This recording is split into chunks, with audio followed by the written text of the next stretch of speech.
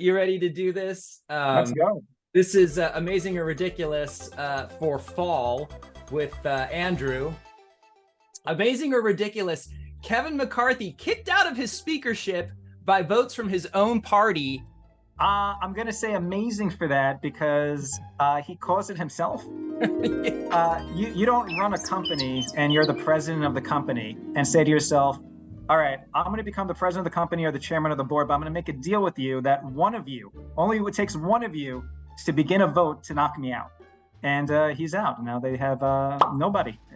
His Kevin McCarthy's level of ambition was only surpassed by his level of... Are you dumb, stupid, or dumb? Huh? Why would Kevin McCarthy ever put himself into that situation? Why attain the speakership if you really have no power? Narcissism.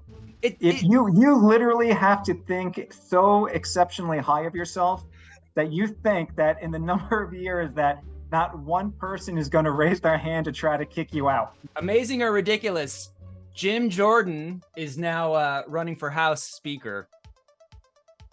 No shock there. I'm not shocked. I mean, who's going to? There is no. I mean, whatever moderates are left of that Republican Party, not one person wants to be, wants to be the Speaker of the House. Not one of them want to deal with this. Those are the only ones. Those right-wing nut jobs are the only people in that party who are going to step up to try to be House Speaker. The other guy, Steve Scalise, I think if I remember correctly, he referenced himself as a David Duke without the baggage. Yes.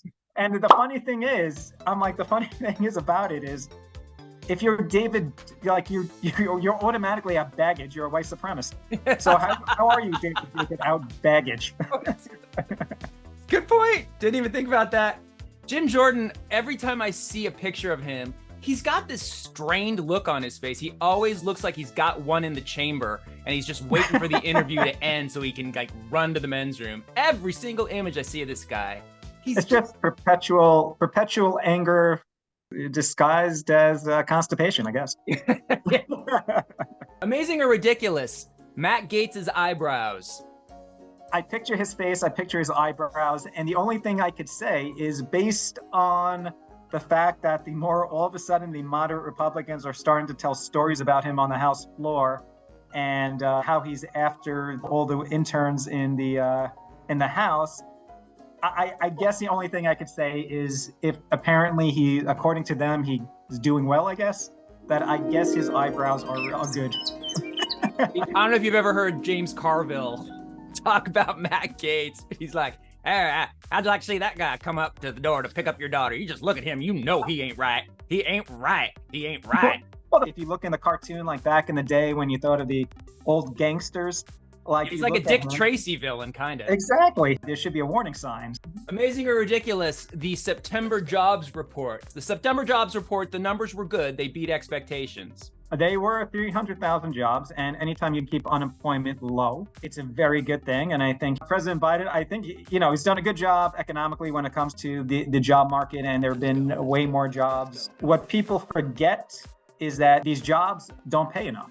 We still have tax codes that say 70,000 is middle class from 1980, when we know there are articles that saying that there has to be you have to make $250,000 minimum to have that family, 2 cars, two kids, house lifestyle.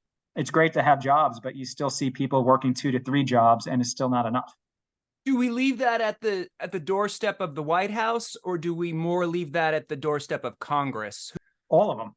Both of them. I think, and I'm not even going to say President Biden. I'm not even going to say the evilness of President Trump. It used to be in the 80s, if you were a millionaire, fantastic, right? That, you could make it. Now we're billionaires, right? Now you're people trillionaires.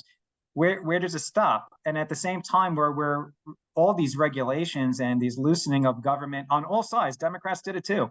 We got rid of all the departments and made them smaller, the departments that actually help people. FEMA, people complaining about FEMA's response.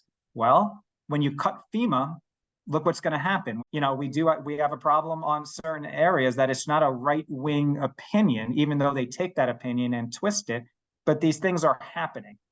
When you think about the last 20 years or so for the American middle class, and you think about your own situation, do you imagine a life of retirement for yourself? What do you see there? Wow. Hopefully we have. Hopefully I still have Social Security. Uh, I It's no don't. I joke. don't even. I don't even see how I'm going to retire. I don't see how how kids are going to retire. The new $100,000 person is shopping at the dollar store. That's is a fact that has been written in articles. So you see the unions jumping up more. That I think unions are waking up, coming to realizing they still have power and should have power for what they have to do. And I think that's going to be popping around the country, where I think hopefully a unified front that tells this government enough's enough.